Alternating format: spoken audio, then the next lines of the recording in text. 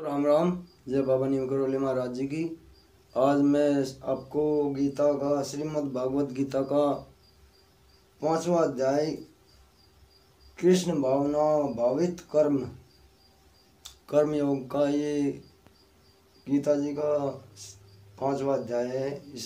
इसका वर्णन करूँगा तो ध्यानपूर्वक सुने और धर्म लाभ उठाए। तो जय बाबा नीम करोली महाराज जी। अर्जुन ने कहा, हे कृष्ण, पहले आप मुझसे कर्म त्यागने के लिए कहते हैं और फिर भक्तिपूर्वक कर्म करने का आदेश देते हैं। क्या आप अब कृपा करके निश्चित रूप से मुझे बताएंगे कि इन दोनों में से कौन अधिक लाभप्रद है? श्री भगवान ने उत्तर दिया, मुक्ति के लिए तो कर्म का परित्याग तथा भक्ति में कर्म दोनों ही उत्तम है, किंतु इन दोनों में से कर्म से परित्याग में भक्ति युक्त कर्म श्रेष्ठ है। जो पुरुष न तो कर्म फलों से घृणा करता है और न ही कर्म फल की इच्छा करता है, वह नित्य सन्यासी जाना जाता है। हे महाबाहु अर्जुन, ऐसा मनुष्य समस्त द्वंद्वों से रहित होकर भवबंधन को पार कर पूर्णतया मुक्त हो जाता है। अज्ञानी ही भक्ति को भौतिक जगत के विश्लेषणात्मक अध्ययन से भिन्न कहते हैं। जो वस्तुतः ज्ञानी है वे कहते हैं कि जो इनमें से किसी एक मार्ग का भलीभांति अनुसरण करता है वह दोनों के फल प्राप्त कर लेता है। जो यह जानता है कि विश्लेषणात्मक अध्ययन द्वारा प्राप्य स्थान भक्ति द्वारा भी प्राप्त किया जा सकता है, और इस तरह जो सांख्य योग तथा भक्ति योग को एक समान देखता है वही वस्तुओं को यथारूप में देखता है। भक्ति में लगे बिना केवल समस्त कर्मों का परित्याग करने से कोई सुखी नहीं बन सकता, परंतु भक्ति में लगा हुआ विचारवान व्यक्ति शीघ्र ही परमेश्वर को प्राप्त कर लेता है। जो भक्ति भाव से कर्म करता है, जो विशुद्ध आत्मा और अपने मन तथा इंद्रियों के वश में रखता है, वह सबों को प्रिय होता है और सभी लोग उसे प्रिय होते हैं। ऐसा व्यक्ति कर्म करता हुआ भी कभी नहीं बंधता। दिव्य भावनामृत युक्त पुरुष देखते, सुनते, स्पर्श करते, सूंघते, खाते, चलते फिरते, सोते तथा श्वास लेते हुए भी अपने अंतर में सदैव यही जानता रहता है कि वास्तव में वह कुछ भी नहीं करता। बोलते, त्यागते, ग्रहण करते या आंखें खोलते बंद करते हुए भी वह यह जानता रहता है कि भौतिक इंद्रियां अपने अपने विषयों में प्रवृत्त हैं और वह इन सबके सबसे पृथक है, अलग है। जो व्यक्ति कर्म फलों को परमेश्वर को समर्पित करके आसक्ति रहित होकर अपना कर्म योग करता है, वह पाप कर्मों से उसी प्रकार अप्रभावित रहता है जिस प्रकार कमल पत्र जल से स्पर्श रहता है। योगी जन आसक्ति रहित होकर शरीर, मन, बुद्धि तथा इंद्रियों के द्वारा भी केवल शुद्धि के लिए कर्म करते हैं। निश्चल भक्त शुद्ध शांति प्राप्त करता है, क्योंकि वह समस्त कर्म फल मुझे अर्पित कर देता है। किंतु जो व्यक्ति भगवान से युक्त नहीं है और जो अपने श्रम का फलकामी है वह बंध जाता है। जब देहधारी जीवात्मा अपनी प्रकृति को वश में कर लेता है और मन से समस्त कर्मों को परित्याग कर देता है, तब वह 9 द्वारों वाले नगर भौतिक शरीर में बिना कुछ किए कराए सुख पूर्वक रहता है। शरीर रूपी नगर का स्वामी देहधारी जीवात्मा न तो कर्म का सर्जन करता है, न ही लोगों को कर्म करने के लिए प्रेरित करता है। और ना ही कर्म फल की रचना करता है। यह सब तो प्रकृति के गुणों द्वारा ही किया जाता है। परमेश्वर ने न तो किसी के पापों को ग्रहण करता है न पुण्य को, किंतु सारे देहधारी जीव उस अज्ञान के कारण मोहग्रस्त रहते हैं जो उसके वास्तविक ज्ञान को आच्छादित किए रहता है।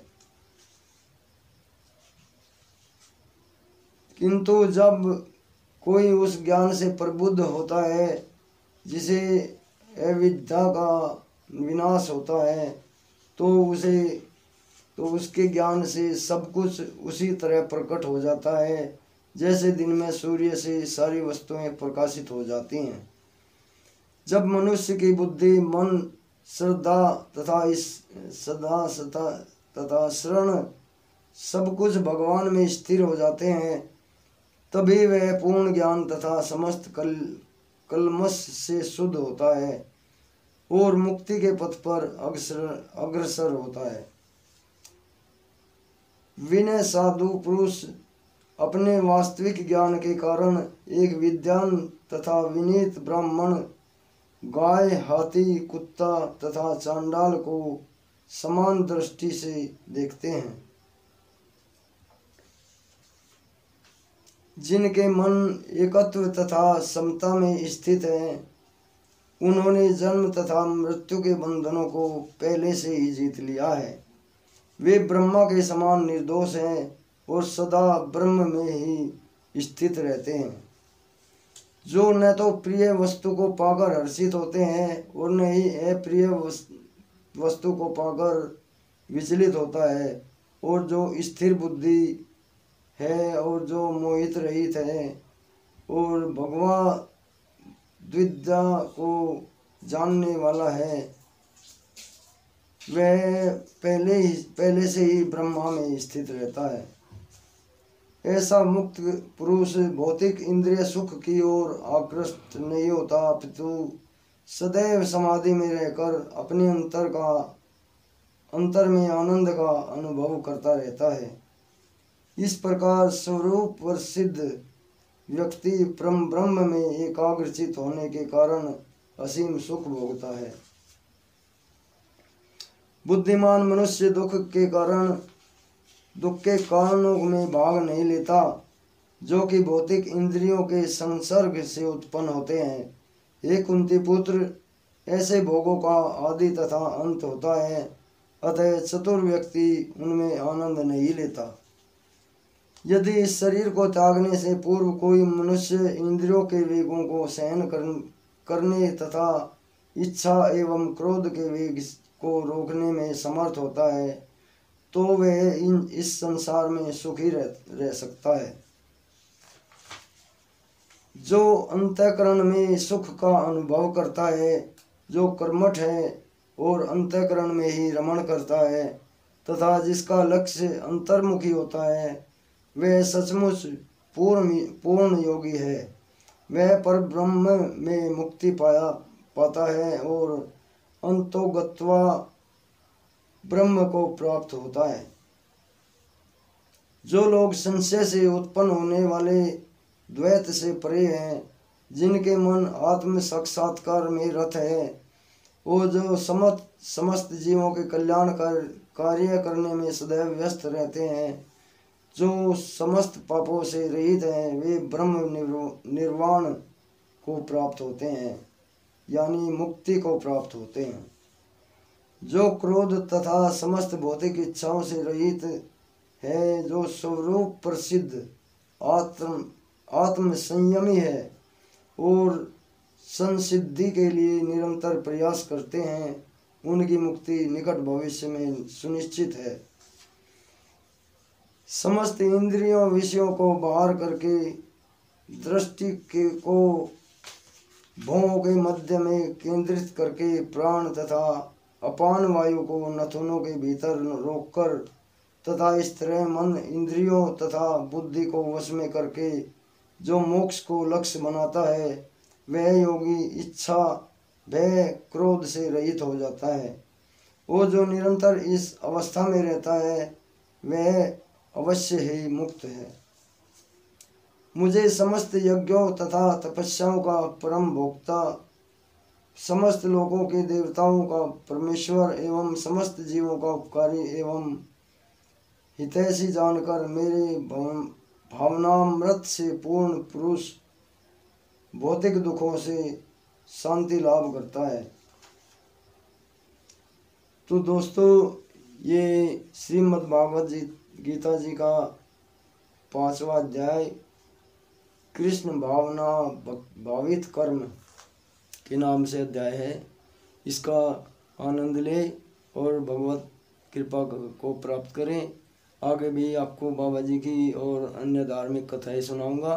तब तक के लिए आज्ञा चाहता हूँ। जय बाबा नीम करोली महाराज जी की जय। जय श्री राम, जय श्री कृष्ण।